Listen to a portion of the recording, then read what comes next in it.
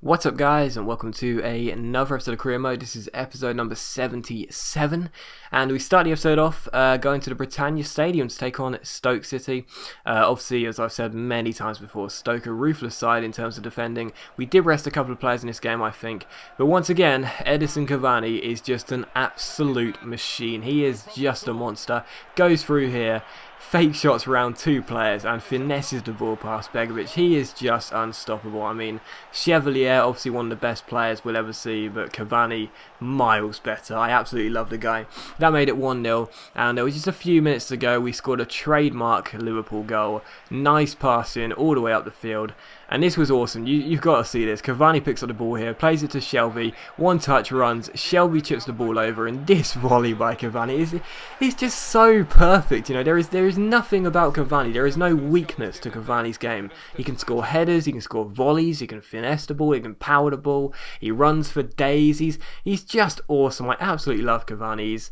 Well, what can I say? I'm so glad Newcastle decided to pay £50 million for Chevalier, because Cavani is just that good. But Aga's out for 3 weeks. We've got so many players on the injury list, but with Kurt Zouma coming back from injury, he's got the plaster next to his name. We're going to have to risk him because we're just completely... I mean, look at this, man. We're taking on FC20, and, you know, look at this, man. We are just out of players completely in this centre-back position. That's better. I was going to say centre-back decision. But we start this episode off away in Holland to take on FC20. I think this was the Europa League round of 16. I'm not sure it was the quarter-final. Don't think it was. But yeah, round of 16. And some nice passing straight away. And the ball comes out wide to Jordan Slew here against Rosales. Manages to get round him with a lovely fake shot, goes through. Can he keep his composure? Yes he can. Powers off the defenders and smashes the ball into the far corner. 3 minutes in, FC20 didn't have a touch of the ball and we were already 1-0 up. What a perfect start. But just a few minutes to go, quarter of an hour left unfortunately. Cabral's cross comes in, it's headed away, but how about this for a finish from Rosales on the volley? I've been critical of Gazzaniga this season, but that was an insane goal. Nothing that Gazza could do about that, and that made it 1-1. And here we see FC20 pick the ball up with just a few minutes to go. Castaños down the left hand side, crosses the ball in, and what a great save by Gazzaniga. Obviously he had a poor start to this season, but he's definitely came into his own in the second half of the season. That was another good save there, and the ball eventually gets cleared away. But 1-1 away in Holland, not a bad result. Obviously we had a very weak side out because of the fixture congestion and the injury list, so not a bad result. I'm actually pretty pleased with that result, to be honest, and hopefully we can do the job at Anfield. But it was back to back to domestic manners here in the domestic FA Cup against Southampton. Obviously travelling to St Mary's. I think I had pretty much my first team out in this side in this game, but unfortunately Southampton played really well. Unfortunately they did a lot better than us, and when Danny Fox hoofed the ball in here, somehow Kjaer or however you pronounce that, Kjaer,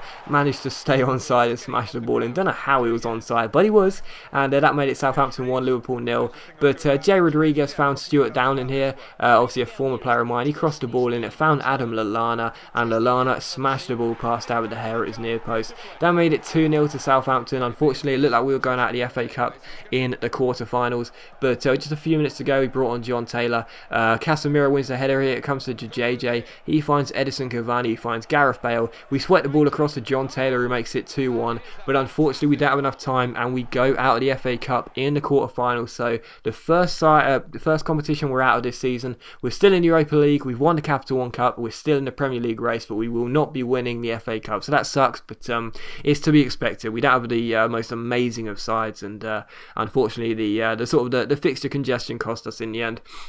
But Gonalons is coming back from injury. It's just great because he's my captain, of course, and I'm really pleased to see that, as is El Qatari. So not only do we have Zouma coming back to the first team, but we also have El Qatari, so that is just amazing to have two superb centre-backs coming back in such a short space of time, plus my captain Maxime Gonalons. Here's the scout report. I think I signed this guy, Aaron Davis, and the rest of the players look pretty decent, but not amazing, so we'll just continue the scout report on them. But the following game and the last game of the episode is against FC20 in the Europa Europa League round of 16 match. Of course, the second leg after the first leg finished 1-1. So obviously I was feeling pretty confident. We had that away goal, which is always nice, but I still did want to have get myself a goal and sort of secure the win on you know, regular goals, not away goals. But this has gone along to finding Jordi Alba here just after half time. Alba finds Sterling, nice little fake shot to get past Rosales. Sterling, lovely piece of skill, and what a finish by Sterling, absolutely amazing. His stats are really weird. He doesn't have much great shot power, but it feels like he does. He's really good at shot power.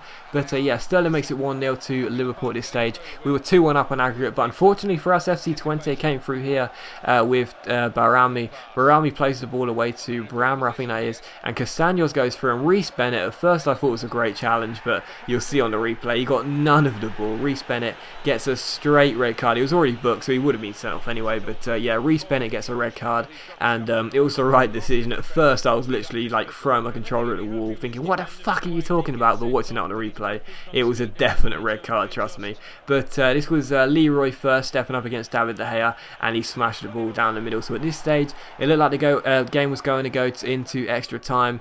Of course, 1-1 in both ties, so the away goals would have been shared. But in the 73rd minute, Belhanda skips past Leroy Fer here. Nice piece of play, finds Raheem Sterling down the left-hand side. Gets a little bit lucky against Rosales, but cuts inside once again. Brilliant from Sterling. He is amazing, and what about that for a finish? Like a carbon copy of the first goal. And that made it 2-1, and that means that Liverpool go through to the next round of the Europa League. I think it's the quarter-finals against Roma. So yeah, look forward to that. That'll be very interesting. But yeah, 2 goals from Sterling, even with 10 men after Reece Bennett getting sent off. We were the better team, and we go through to the Europa League quarter-finals. But as always, guys, a big thank you for watching this video. The last thing you'll see me do is Daniel Agger coming back from injury and 2 international friendlies. But as always, guys, a big thank you for watching, and I'll see you for the next episode very soon.